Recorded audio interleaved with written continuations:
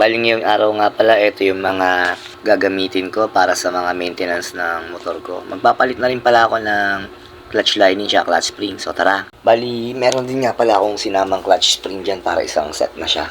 Bali, sa mga nagdi-DIY gaya ko, lagyan nyo muna ng langis yung clutch lining nyo, tsaka yung clutch plate. Kailangan muna silang mababa dyan bago nyo ikabit. At least kahit mga 3 to 5 minutes, pwede na yun. Diyan nga pala, binalik ko siya sa plastic niya. At dito, nagtanggal na rin ako ng lumang oil natin para diretso change oil na lahat. Inumpisan ko na nga rin palang baklasin dito yung fairings natin. Hindi ko napapakita lahat kasi madali lang naman magbaklas niyan. Etong gagawin natin, DIY lang to. Tip number 1 yun, lagyan nyo ng langis yung clutch lining tsaka clutch plate. Tapos dito, tinanggal ko na yung mga hose nung coolant natin. Yung oil coolant. Bali sa pag-drain nga pala niyan, unahin yung tanggalin yun dyan. Then, buksan nyo yung takip doon sa may oil coolant para lumabas yung coolant natin. At dito, may hose din yan sa gilid, dalawa magkatabi. Tanggalin nyo lang din yan. Sa pagtanggal nga pala ng crankcase natin sa may lining side, yan yung mga kailangan yung tanggalin.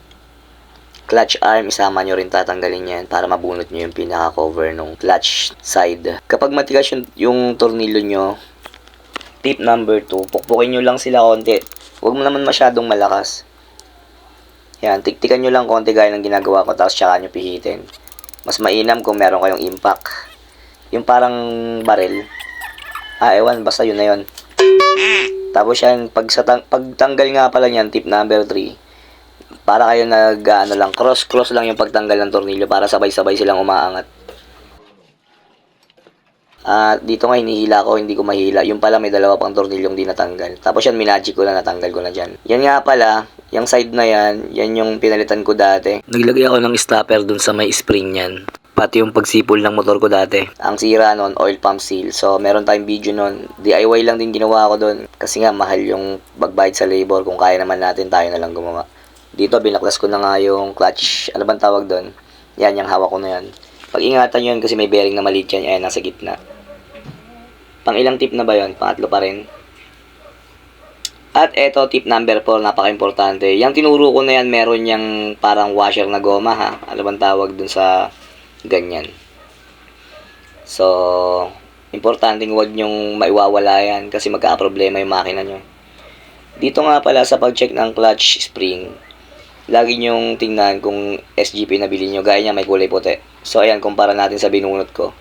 Yan yung mga dating nakakabit, wala silang kulay. So, ibig sabihin, mukhang nagpalit or kinuha na. So, ayan, binaklas ko na yung clutch plate, clutch lining natin ng isang hugutan lang. Tingnan nyo, napakasunog na niya. Ganyan ang itsura pag sunog na yung clutch lining tsaka clutch plate nyo. Pati yung clutch lining niyan, yung clutch plate niyan, makikita nyo. Halos nagle-rainbow na siya. Mamaya papakita ko sa inyo yun. Etong yung tinuturo ko nga pala na yan, may mga parang kagat na yan ng clutch lining natin. So, ukab-ukab yan. Pag hinawakan nyo yan, may mararamdaman kayong parang groove. Kailangan yung tanggalin yung groove na yun. Gumamit lang kayo ng liya or kikil. So, dito nga, ayan, pinakita ko na yung kikil na gagamitin ko. Yan lang din ang ginamit ko pang kikil doon. Huwag yung masyadong kikilin ng gusto na lulubog na siya. Dapat yung maramdaman lang ng daliri nyo na nag-flat uli yung surface na didikitan ng clutch lining nyo. Isa rin kasi sa nagkoko siya na parang ang hirap ibalik sa neutral. At eto na nga yung sinasabi ko kanina ng clutch plate natin. Tingnan nyo, halos nagle-rainbow na yan. Mamaya papakita ko naman sa inyo, ipapalit kong bago. At ito na nga yung bago. Makikita nyo, diba? Halos napaka parang silver pa rin yung tingnan. Compare dun sa luma natin. So, gamit na gamit. Second hand ko nga kasi nakuha yung motor kaya ako na mag-maintenance ngayon. At eto, nakikil ko na nga yan.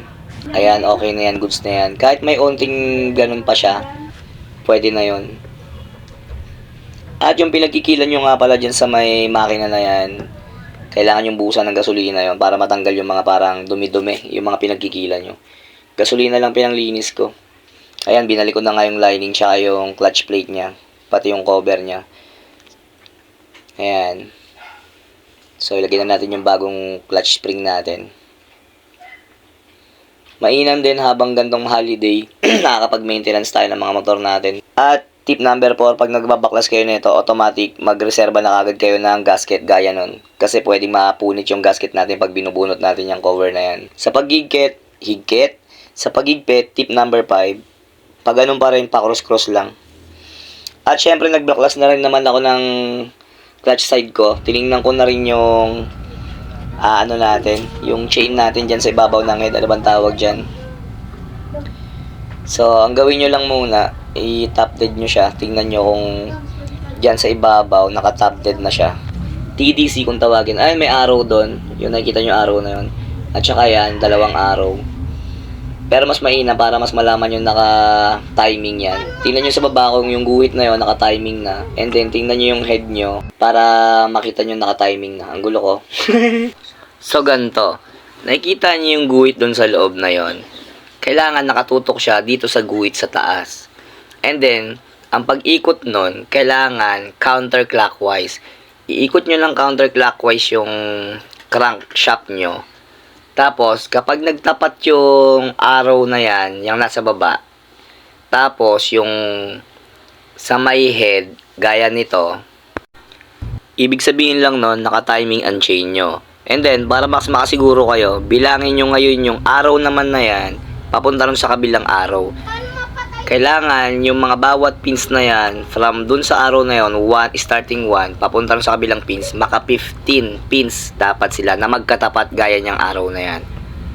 So, ito papakita ko sa inyo.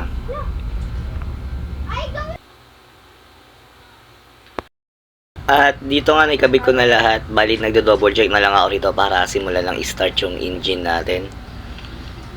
Ayan. So, mukhang naikabit ko naman ng mahusay lahat. So, tara, start na natin. Tapos, meron ulit akong tip sa inyo. Hindi ko na alam kung pang ilang tip to. Pero, sige, papakita ko na lang sa inyo.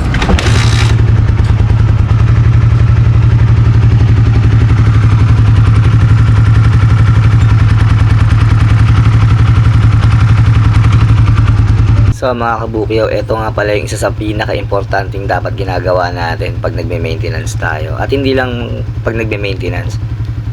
Pihitin nyo yan, yung 10mm na tornilyo ng pakaliwa at luwagan nyo. Kapag may lumabas na langis dyan, ibig sabihin, safe na yung head ng makina natin. Alam nyo kung bakit? Kasi nga, ibig sabihin lang nun, nakakadaloy ng maayos pataas yung oil na galing dun sa baba ng engine natin papunta sa head. So, magiging safe ang head natin yan. So, yun yung isa sa mga pinaka-importanting tip natin dito sa ginawa natin na to. Maliban doon, yun nga, kung nagtitipid ka rin sa gastusin at meron ka naman tools, so, mas mabuti ko na lang gumawa. At after ko nga pala mapainit yung makina, ayan, mapapansin nyo, gumana uli yung pan na natin.